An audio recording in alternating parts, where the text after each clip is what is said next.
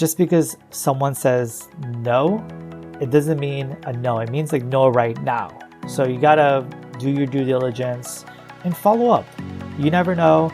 They might have another open position in a month, in 3 months, and you just checking in, putting a reminder on your calendar, which is pretty easy, then you'll be able to find something. Welcome to Security Cleared Jobs. Who's Hiring and How, the podcast for cleared professionals looking for new opportunities and career advice. We go behind the scenes with recruiters and hiring managers from leading cleared employers to uncover the information you need to make a smart career move. Get ready for insights from this week's guest and your hosts, Kathleen Smith and Rachel Bozeman. Hello, everyone, and welcome to another episode of Security Cleared Jobs. Who's Hiring and How? I'm Kathleen. Welcome to the show. And always by my side, I have Rachel, my co-host. Rachel, how are you doing today? I am doing fantastic and hope everyone out there in podcast land is equally as fantastic today. So yes, today we have a fabulous guest, Navid Ahmadinikoo, who is the head of talent of Base Systems Consulting Group in our studio. Navid, thank you so much for joining us today. Thank you for having me, Kathleen. It's nice meeting you and Rachel. I look forward to this podcast. Well, we look very forward to learning a little bit more about you and a little bit more about all of the great positions that you're hiring for. So I think it's important to start at the beginning. That's a very good place to start. So we would love to hear a little bit about your career journey and how you ended up at Base Systems Consulting. Great question. So I graduated from San Francisco State University with a bachelor's in business administration. I got into recruiting around 2016. And from there, I just fell in love with it. In terms of selling, I've never been like the type to sell a product, but when I'm able to sell an opportunity to someone, as a recruiter to a candidate, it just was very rewarding.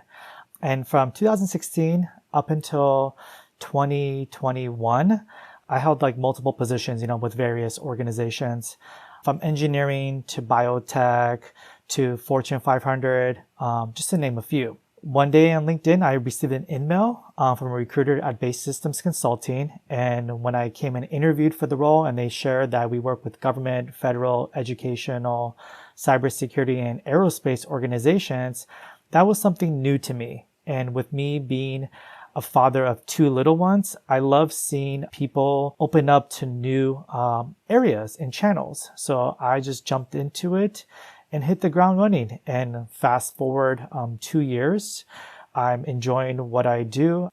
So tell us a little bit more about Base Systems Consulting, and as a company, what are some of the key focus areas that you work on? Absolutely. So Base Systems Consulting is an award-winning small business administration. We are a certified HubZone firm. We are a woman-owned company that provides advanced high-technology solutions for the aerospace, government, cybersecurity, and education defense industries since 2004. Headquartered in Palo Alto, so we're a little south of San Francisco. We have about 150 to 200 employees nationwide.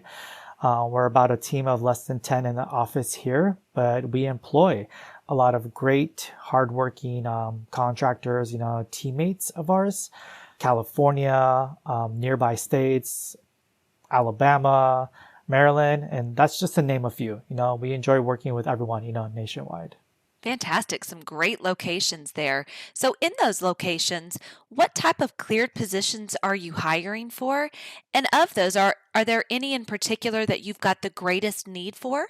Well, right now we are working on a lot of positions that require, active seeker clearance.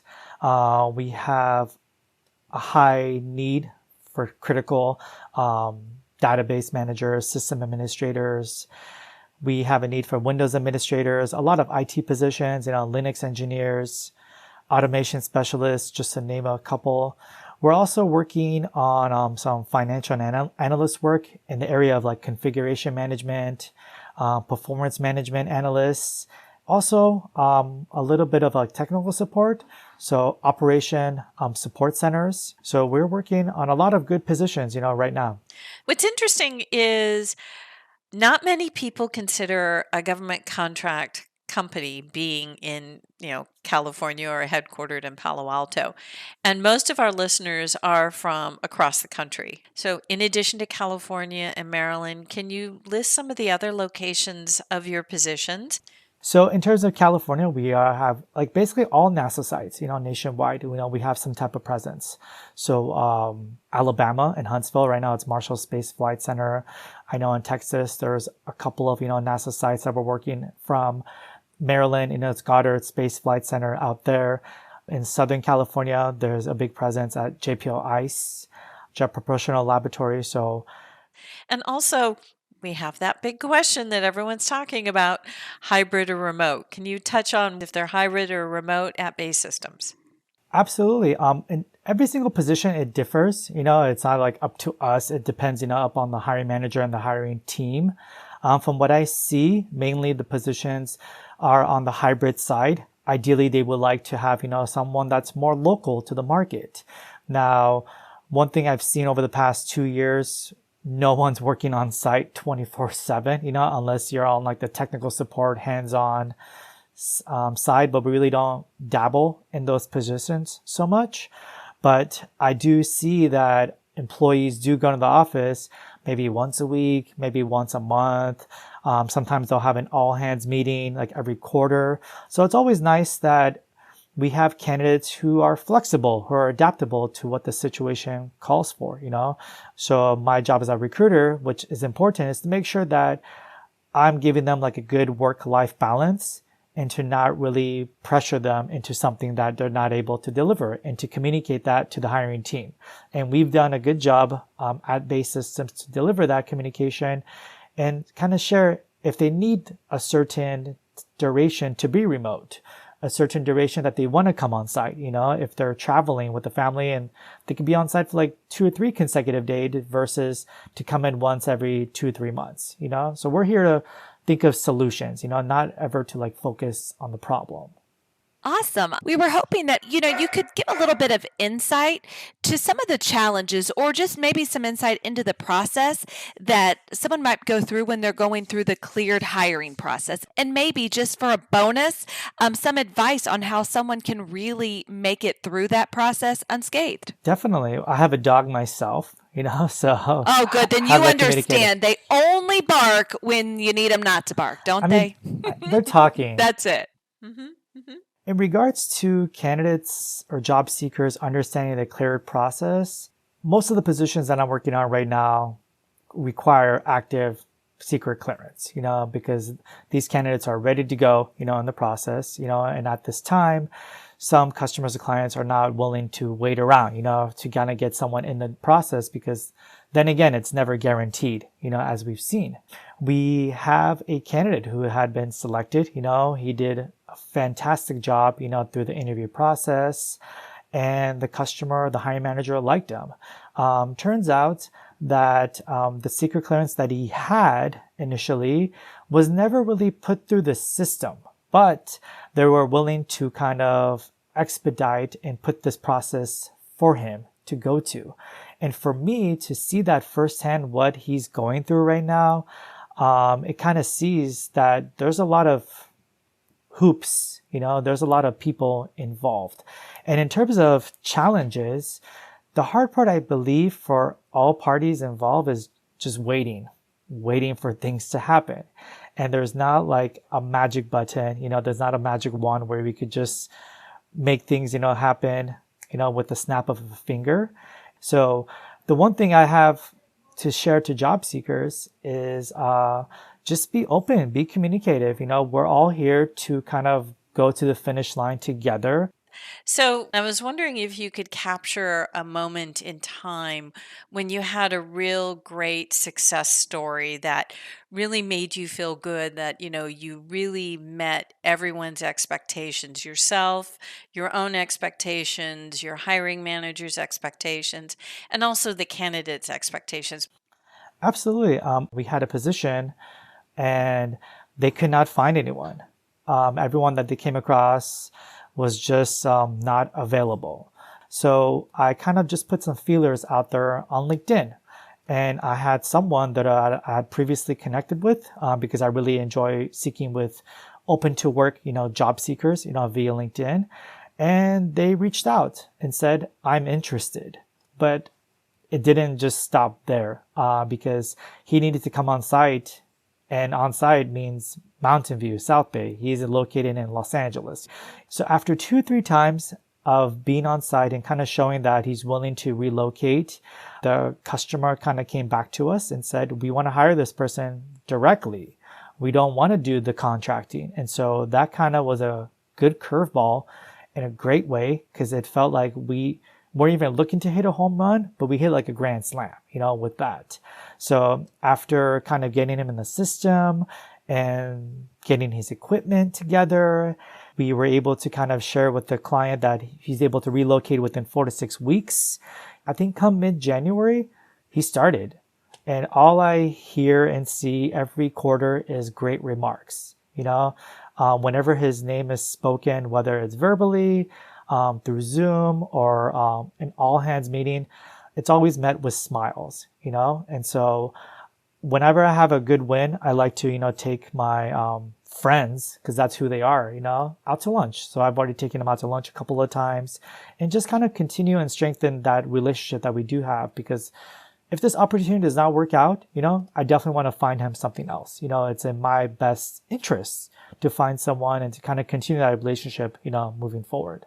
That's awesome. And it sounds like it all started with a LinkedIn connection. So maybe something that we would love to pick your brain about a little bit more, or maybe some of the wins that you've seen using LinkedIn. Have you had any really good successful stories of people being able to connect via LinkedIn, or any advice you would give to those job seekers out there on how they can use LinkedIn as their friend? Absolutely. I believe LinkedIn should be your best friend professionally. LinkedIn has become very friendly, user-friendly. I use the mobile app all the time, and it's so easy to connect with people as job seekers. I tell them, well, you're looking at LinkedIn jobs. You should be able to see the job poster. If you're just going to click apply and just wait, how beneficial is that for you? Because looking for jobs, it's easy, but it's time consuming as well. So I mentioned to them that you need to be proactive in your approach and set yourself apart. How can you do that? And so if you're, as a recruiter, we get 50 resumes. But as a recruiter, we don't look at all 50 resumes. If resumes are being populated, every single day, we're always looking at the top. It's hard to go all the way to the bottom because it just gets lost in the shuffle. So either reapply, or as a candidate, you have to put yourself in the recruiter's shoes and say, you know what, let me follow up with a message. If you can't send a message, well, you can either sign up to get an email or just send a connection request. Me as a recruiter, I have a growing 14,000 connections so far. So I'm always accepting everyone. I'm looking to open up doors for myself, and everyone else. So if I can't find a position, I'm always passing on, resumes to my extended network and say, I have someone good, I can vouch for them. I can recommend them, because sometimes those recommendations go a long way. They kind of push through the cracks. So as a job seeker, I tell them, do things differently. If you are tired of looking at your resume, now's the time to kind of bring up a blank canvas, pour a glass of wine, grab a beer, get some coffee, have some fun with it. You have some really, really great advice for job seekers, especially given the various different perspectives that you come to, at looking at this. So how can our listeners get in touch with you, Navid? Well, first and foremost, I'm available on LinkedIn. I'm also available, via text. Texting is like the new form, of like quick communication. I use email. I got some communication apps such as WhatsApp and Telegram. But I like to say I'm available, 24/7, depending on what the urgent needs are. If there's nothing available, I will definitely communicate that and kind of, continue this relationship that we're trying to, build together. Because the one thing I tell job seekers, just because someone says no, it doesn't mean a no. It means like no right now, So you got to do your due diligence and follow up. You never know. They might have another open position in a month, in 3 months, and you just checking in, putting a reminder on your calendar, which is pretty easy, then you'll be able to find something. I guess the world will definitely deliver, to good people. We just wanted to extend our sincere thanks for spending a little time with us this afternoon, sharing some outstanding advice for both the job seekers and just sharing all those great career opportunities. So thanks so much for stopping by. Thank you so much for having me. It's been a pleasure. Take care. So Navid had some really good points when he was talking about recruiting in this space and having a very extensive network. And what I really loved is his comment about a no isn't necessarily a big flat no everywhere across the board. It's a no at that time, and to always keep following up. Rachel, what did you learn from Navid today?